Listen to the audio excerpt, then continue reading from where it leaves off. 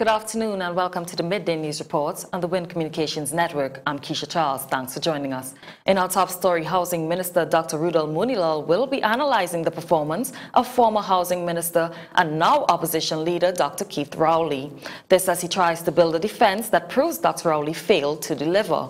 The minister made the comment this morning as he outlined what he described as the shortcomings of the PNM administration with regards to housing.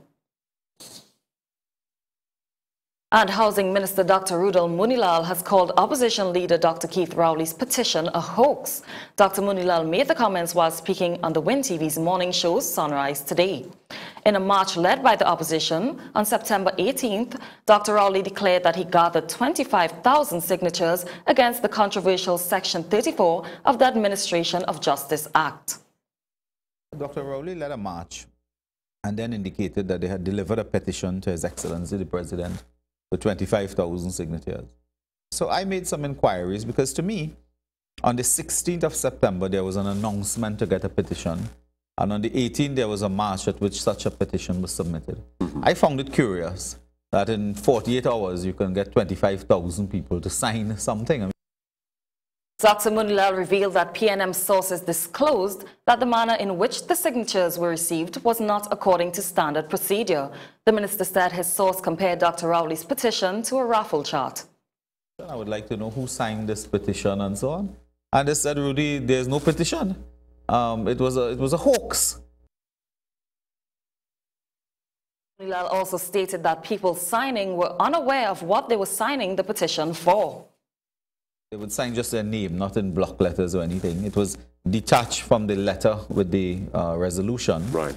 And they were stuffing it in a bag and stuffing. And when they realized, look, they didn't have enough, they just stuff other papers and so on with signatures. According to Dr. Munilal, this dishonesty was the reason why the president rejected Rowley's petition. The minister expressed empathy with those who really signed to make a difference since their efforts were in vain. In more news, the Medical Professionals Association of Trinidad and Tobago has described the issues surrounding Section 34 as a systematic failure. MPAT highlighted that when a system fails, changing personalities does not fix it. They believe that the system needs reviewing and efforts should be focused on improving the system. The association clarified its position on the Section 34 fiasco in a release yesterday. Their stance was formed after the much-publicized meeting with the opposition leader and the joint trade union members on Friday. MPAT stated that there must be validity and merit to the bill since there was unanimous support for it by the entire parliament. In more news, as the nation gets ready to receive the 2012-2013 national budget, members of a youth organization out of the University of the West Indies is calling on government to keep its promises. The group Support for Change quoted statements made by the government members at the pre-budget rally held on Saturday. Spokesperson for Support for Change, Ronald White, spoke with 7 Eyewitness News last night and had this to say.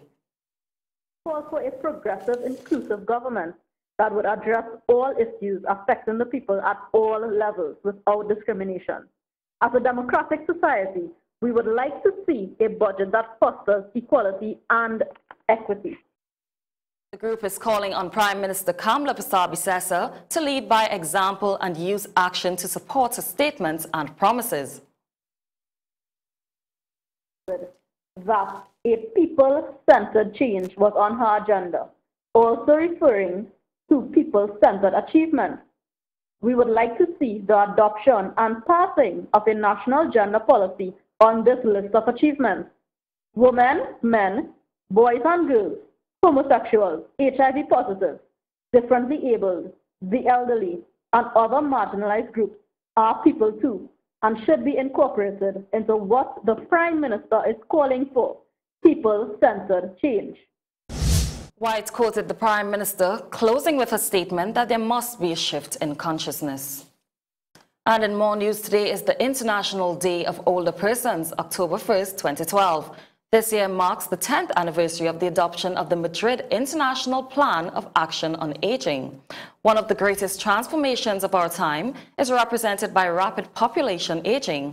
As the proportion of older persons in society grows, the bold vision of building a society for all ages is more relevant than ever. According to the UN, these changes affect every community, family, and person, especially since it demands that we rethink how individuals live, work, plan, and learn throughout their lifetimes. Longevity is a public health achievement, not a social or economic liability. Therefore, on this International Day, designated for older persons, the United Nations urges that we pledge to ensure the well-being of older persons, enlisting their participation in society so we can all benefit from their wisdom and experience. And parts of central and southwest Trinidad served by the desalination plant of Point Lisas may experience some interruption in its water supply between the hours of 8 a.m. and 4 p.m. today.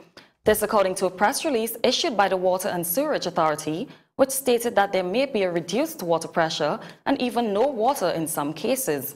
The interruption is due to maintenance works being carried out by the desalination plant. Affected areas include Chaguanas, Couva, Carpachima, Claxton Bay, San Fernando, Laramine, Brosilac, South Oropouche, Debe, Avocat, Siparia, and La Brea. The authority is asking citizens to exercise patience and understanding during the period of interruption. And that brings us to the end of our Midday News Report on the WIN Communications Network. I'm Keisha Charles. Do enjoy the rest of your day.